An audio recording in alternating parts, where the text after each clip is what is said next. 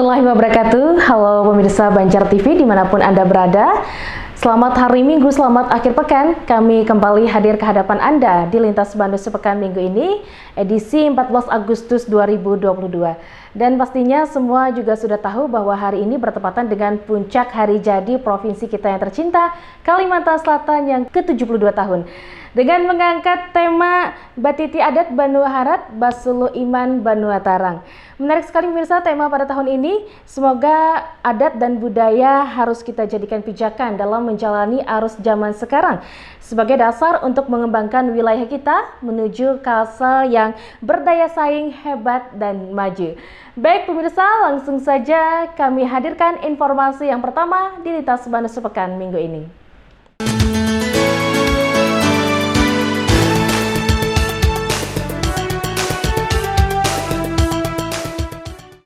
Pemirsa, informasi pertama di Lintas Bandung Sepekan diduga menjadi salah satu penyebab kecelakaan lalu lintas. Komisi 3 DPRD Kalsel meminta kepada Dinas Perhubungan Kalsel agar memperbanyak penerangan jalan umum atau PJU, khususnya di wilayah Liang Anggang, Trikora, Banjarbaru. Sementara itu, pelaksana tugas Dinas Perhubungan Hermansyah mengaku siap dan akan segera melakukan pendataan di wilayah mana saja yang masih minim penerangan jalan guna menghindari angka kecelakaan lalu lintas, khususnya di jalan-jalan provinsi seperti Jalan Trikora. Yang pertama itu yang sering terjadi kecelakaan itu di daerah Jalan Liang Anggang Trikora itu, Pak. Karena Jalan Trikora itu banyak penghubung jalan pemukiman. Rapat kerja digelar Komisi 3 DPRD Kalsel dan Dinas Perhubungan Kalimantan Selatan. Rapatnya dipimpin langsung Ketua Komisi 3 DPRD Kalsel Hasanuddin Murad. Salah satunya membahas tingginya angka kecelakaan di jalan-jalan yang minim penerangan atau lampu jalan. Oleh karena itu, melalui pertemuan ini Dinas Perhubungan diminta untuk segera memperbaiki atau menambah lampu jalan penerangan umum yang dinilai banyak tidak berfungsi. Pasalnya lampu jalan sangat penting bagi masyarakat umum terlebih di jalan perlintasan. Selain menghindari kecelakaan lalu lintas dan tindak kejahatan juga memudahkan penglihatan bagi pengendara terutama pada malam hari. Sementara itu, pelaksana tugas Dinas Perhubungan Hermansyah mengaku siap dan akan segera melakukan pendataan di wilayah mana saja yang masih minim penerangan jalan guna menghindari angka kecelakaan lalu lintas, khususnya di jalan-jalan provinsi seperti Jalan Trikora. Namun untuk skala prioritas di wilayah yang menjadi perlintasan peserta MTQ lebih kurang 100 titik.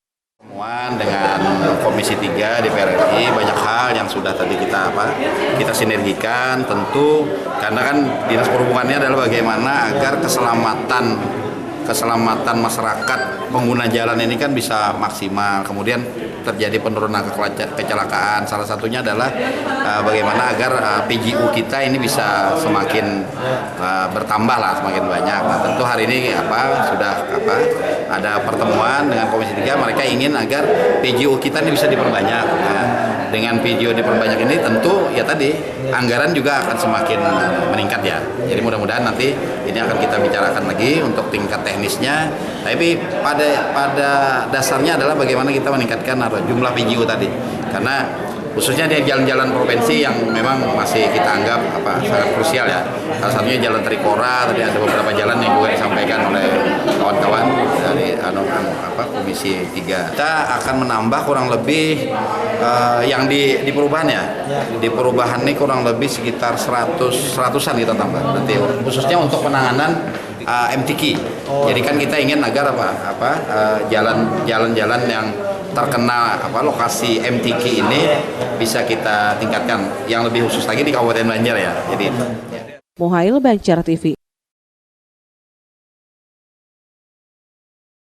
Pemirsa, jelang pelaksanaan MTQ Nasional Oktober mendatang, pemerintah Provinsi Kalsel terus menggenjot sarana dan prasarana pendukung dalam mensukseskan event akbar tersebut, khususnya kelancaran lalu lintas menuju panggung MTQ, meliputi perbaikan Jalan Gunung Kupang Kiram sepanjang 5 km, kemudian pembenahan jalan menuju Astaka Utama MTQ di Kiram Park, perbaikan Jalan Martapura Lama, serta penanganan titik kerusakan di Jalan Trikora, Banjarbaru. Pelaksanaan MTQ Nasional ke-29 tahun 2022 tinggal menghitung bulan. Untuk menyukseskan Kalsel sebagai tuan rumah, berbagai persiapan telah dilakukan oleh pemerintah Provinsi Kalimantan Selatan, di antaranya pembenahan jalan dan jembatan oleh Dinas PUPR. Perbaikan jalan tersebut meliputi Jalan Gunung Kupang Kiram sepanjang 5 km, pembenahan jalan menuju Astaka Utama MTQ di Kiram Park, perbaikan Jalan Martapura Rama, serta penanganan titik kerusakan di Jalan Trikora Banjarbaru. Dari Dinas PUPR kan sudah menyiapkan jalan-jalan yang ada di seputaran Kiram, misalnya dari Gunung Kupang ke Kiram, kemudian akses yang memungkinkan untuk menuju Martapura misalnya, itu kan ada venue-nya juga kan di sana kan. Nah, ada Martapura Lama, terus Mataraman Sungai Ulin, itu kalau tidak salah juga dilakukan perbaikan-perbaikan. Mataraman Sungai Ulin sudah tembus, Pak? Mataraman Ulin sebenarnya sudah tembus, cuma ada beberapa 1 kilo kan yang belum diaspal. Nah, ini tahun ini insya Allah diselesaikan. Dalam pelaksanaan MTQ Nasional 2022, ada 12 venue yang disediakan tersebar di kota Banjarbaru, Banjarmasin, serta Kabupaten Banjar. Sedangkan panggung utama MTQ Nasional ke-29 ini berada di Kiram Park, Kabupaten Banjar. Ahmad Ramadhani, Banjar TV. Pemirsa, informasi selanjutnya, pelayanan terhadap wajib pajak khususnya pajak kendaraan bermotor kini terus ditingkatkan agar masyarakat semakin mudah dalam menjalankan kewajibannya. Pasalnya pajak yang dibayarkan untuk pemerataan pembangunan yang ada di Banua. Selain itu, saat ini wajib pajak juga bisa membayar pajak dari rumah melalui aplikasi Signal yang bisa didownload melalui ponsel masing-masing. Saat ini, para wajib pajak semakin nyaman dalam menunaikan kewajibannya. Seperti terlihat di UPPD Samsat Banjarmasin 1 ini, mereka yang sedang antre menunggu giliran duduk nyaman di sofa yang telah disediakan. Selain sarana prasarana yang terus ditingkatkan, pelayanan pun semakin cepat. Tak perlu waktu lama, kurang dari 10 menit, wajib pajak dapat terlayani. Apalagi ini menjadi momentum yang tepat untuk pemulihan ekonomi untuk pemerataan pembangunan setelah 2 tahun lalu dihantam pandemi. Agar masyarakat bisa mematuhi atau lebih memperhatikan bagaimana kewajiban kita sebagai warga negara untuk membayar pajak. Karena pajak untuk Iya, masyarakat juga untuk membangun Banua dan kembali ke masyarakat lagi. Jadi kesadaran masyarakat lebih meningkat. Kemungkinan yang selama pandemi itu mereka kan kita melihat ekonomi mereka lebih menurun. Jadi dengan adanya setelah pandemi ini pendapatan kita lebih meningkat. Melalui pajak yang dibayarkan, masyarakat telah bergotong royong ikut memberikan perlindungan kepada korban kecelakaan melalui sumbangan wajib dana kecelakaan lalu lintas jalan atau SWDK LLJ, meskipun ditekankan agar pengendara selamat dalam berkendara. Dengan membayar pajak, masyarakat ikut memberikan perlindungan kepada korban kecelakaan. Kita di dalam konten pajak itu ada membayar sumbangan wajib dana kecelakaan lalu lintas jalan. Jadi kita ikut secara bergotong royong memberikan sumbangan untuk korban kecelakaan yang ada di jalan raya. Jadi selama ini kita memberikan santunan untuk korban kecelakaan di jalan raya, itu uangnya berasal dari setiap pemilik kendaraan yang bayar pajak di Samsat. Nah, jadi saya himbau kepada pemilik kendaraan, kita ikut membantu korban kecelakaan di jalan raya untuk membayar santunannya. Selain itu, saat ini wajib pajak juga bisa membayar pajak dari rumah melalui aplikasi Signal yang bisa didownload melalui ponsel masing-masing. Dengan menggunakan Signal itu kita dapat mendownload dari aplikasi melalui handphone. Jadi dari rumah kita bisa bayar pajak. Jadi kita sistem transfer dari rumah, dan itu nanti wajib notis pajaknya akan kita kirimkan melalui pos. Dengan taat bayar pajak kendaraan bermotor, masyarakat dapat fasilitas bagus. Di antaranya dapat fasilitas jalan, sekolah, dan rumah sakit hingga lainnya.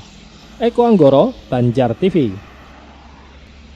Pemirsa, DPRD Kota Banjarmasin melalui Komisi 3 melakukan sidak pengerjaan dermaga apung kawasan Jembatan Dewi yang dianggap proyek tersebut sangat dipaksakan dan tanpa pemberitahuan terlebih dahulu. Sementara itu, Ketua Komisi 3 DPRD Banjarmasin, Hilya Aulia, sayangkan dan sesalkan proyek pembangunan Jembatan Apung tetap dikerjakan. Padahal sebelumnya kesepakatan bersama dinas diminta untuk dipending terlebih dahulu. Komisi 3 DPRD Kota Banjarmasin belum lama tadi melakukan inspeksi mendadak sidak pada pengerjaan proyek dermaga apung di bawah Jembatan Dewi. Pada sidak ini, Wakil Ketua Komisi 3 DPRD Kota Banjarmasin, Aprizaldi, menjelaskan proyek ini dinilai sangat dipaksakan karena dari fungsinya sangat tidak urgen. Apabila air pasang dermaga tersebut tidak bisa difungsikan, selain juga dikhawatirkan bisa menjadi tempat hunian.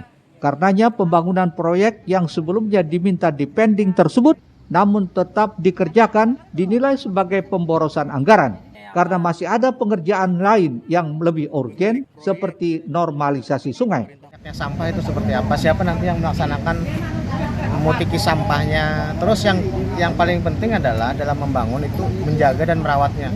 Kalau ini dibikin di bawah, itu bisa jadi tempat hunian. Akhirnya orang-orang akan menjadikan itu tempat tidur dan terjadi ketidaknyamanan untuk orang kembali melintasi sana. Lama-kelamaan malah jadi sesuatu yang meresahkan, jadi tempat para penyakit masyarakat untuk berbuat yang tidak kita inginkan di bawah jembatan kan. Bahasanya di mana-mana daerah maju bawah jembatan itu disterilkan, di tempat kita malah difasilitasi. Ini kan sesuatu yang jelas tidak melalui kajian. Nah, kami di DPRD sendiri tidak mengetahui asal-muasal munculnya proyek ini dan ini akan terus kami teliti, kami proses, akan kami panggil dari beberapa dinas terkait. Kalau memang terjadi sesuatu yang dianggap melanggar, kami akan teruskan ke ranah yang lebih tinggi. Diketahui sebelumnya Komisi 3 meminta pengerjaan dermaga apung yang bernilai 4,5 miliar ini dipending terlebih dahulu. Apalagi pengerjaan ini tanpa sepengetahuan DPRD Kota Banjarmasin, khususnya Komisi 3. Murtasiah, Banjar TV.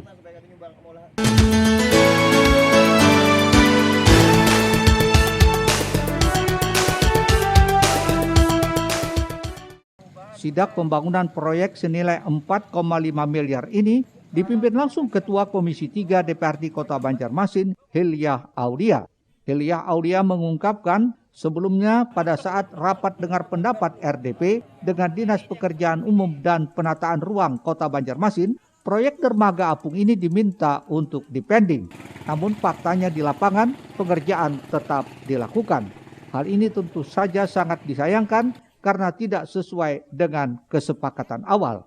Kesepakatan kami bahwa kami minta pembangunan ini dipending dulu sebelum ada kejelasan.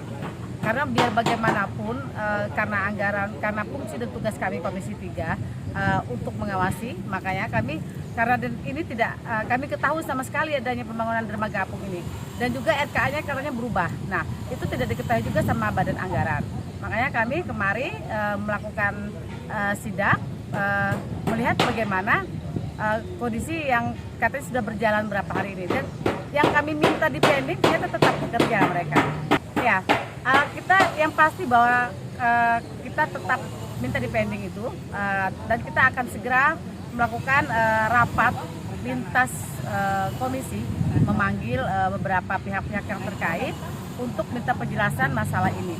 Dan kita juga tadi sudah melihat mencatat juga dan juga mendokumentasikan pembangunan ini. Nah, nanti akan kita tanya lagi karena kita memang kurang tahu mengenai teknis, makanya kita akan mempertanyakan lagi kepada orang teknis masalah ini. Ya kalau melihat ini, menurut saya sangat disayangkan ada beberapa hal yang digeser itu, karena menurut saya pembangunan ini kurang urgensi lah. Menurut politisi PKB ini, pihaknya sama sekali tidak mengetahui pembangunan dermaga apung ini dan rancangan kerja serta anggaran atau RKA-nya pun berubah. Risna, Banjar TV. Pemirsa, Lintas Banua Sepekan akan kembali dengan informasi BPBD Kalsel terima bantuan helikopter patroli. Tetaplah bersama kami di Lintas Banua Sepekan.